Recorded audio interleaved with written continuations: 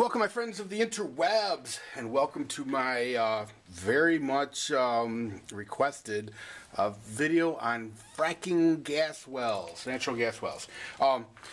First and foremost, I want to say right out of the gate that I am not an expert in fracking at all. But I do have some observations that I would like to share with you, and a little bit of insight that maybe the average person doesn't have.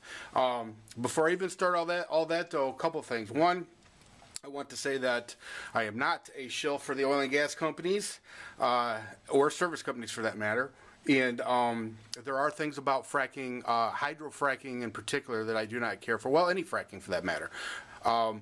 I do not like the fact that companies, service companies like Halliburton, are pumping chemicals into the earth that we don't know exactly what they are. I don't like the fact that they don't have to disclose those and they consider those company secrets. I don't agree with that. Just so you know, right out of the gate. However, I'm a person that likes total honesty, and I think that there's some things that are being reported now that are just ridiculous. And I've got to throw my 2 cents into that. Okay, and by the way, I'm really actually happy that I didn't do this previous to the earthquake in Ohio. And the reason why, and I'm just going to get this out of the way right now. I've read the report from the college professor who compiled it, and he clearly stated that his conclusions were based on speculation and that he could not prove that the fracking was actually what caused the earthquake. Now, why is that important? Well, it's important because there's an awful lot of disinformation being flown out there right now. A lot of YouTube channels, some of which from people that I really like, who've clearly in bold letters named their videos "fracking causes earthquake," and it's just, you can't, listen, I know it's YouTube and I know it's the internet, but, when you start reporting speculation as truth, there's a problem. There really is, because everybody has an agenda in this. And I'm not saying that that professor had an agenda, but I am telling you that he clearly did say that what he was saying was speculation. Now, should there be some more studies done? Absolutely. I don't know whether it caused the earthquake or not. I really don't. But anyway, that's not really what I wanted to make this video about anyway. I just wanted to kind of throw that out there. Hopefully I can do this in one video. There may be a part 2, though. We'll see. Let me show you some of the props here real quick. In front of you, you will see coal. Let me give you a close-up of the coal. I wish there was smell-o-vision, because when you smell coal, it smells kind of petroleum-ish. This back here is what's referred to as a core sample off of my property in Kentucky. I wish I had some better core samples that could actually show you different rock formations and coal seams and all that stuff, but I just don't have them. I don't have them here, at least. I have access to them, but that's not helping me with this video at all. There's a reason for this. What sparked me to make this video was the whole catching your water on fire disinformation campaign by the environmentalists and by people who just don't know any better. That really drove me crazy. I had a subscriber send me a PM months ago. I don't even remember how long ago, but it was several months ago. And he said, "Oh my God, Voodoo, you've got to see this this documentary on natural gas. It's called Gasland. You can see it on on the internet. You got to see it. You got to see it." And at that time, I still had Netflix, so I said, "All right, what the hell?" And I watched it, and it was just really, it was a mockumentary. It wasn't real. It was kind of like along the same lines as what the one idiot does, the Bowling for Columbine, and what the hell's his name? It doesn't matter. Idiot. That's what his name is. They take a little bit of fact and they stretch it way the hell out of proportion. I'm watching it, and the big moment, the big oh my God moment was literally when they were in this kitchen, in this kitchen in this house in Pennsylvania, and the guy starts his kitchen faucet running, and he puts his Bic lighter next to the water, and poof. There's a little bit of an ignition. Actually, a lot of ignition. It was pretty cool, actually. I thought it was kind of neat.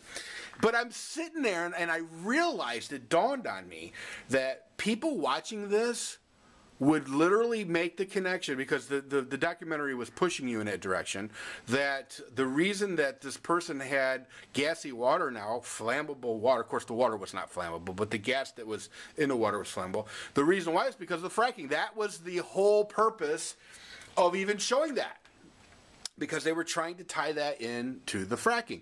And I'm sitting there, and I knew what they were doing. I knew what they were doing, and I knew what kind of effect it would have. And it has had an effect. But I also knew that it was absolute bunk. It was absolute bullshit.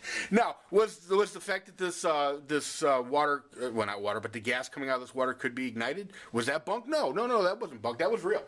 But what was bunk was that... Well, let me start. Listen, in order to tell the story from this point on, I got to go back to 1973. All right, 1973, long before fracking was ever invented.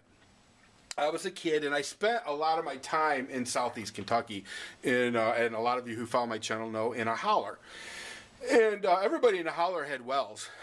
Most everybody. A couple of people still back then still got their water from an old coal hole.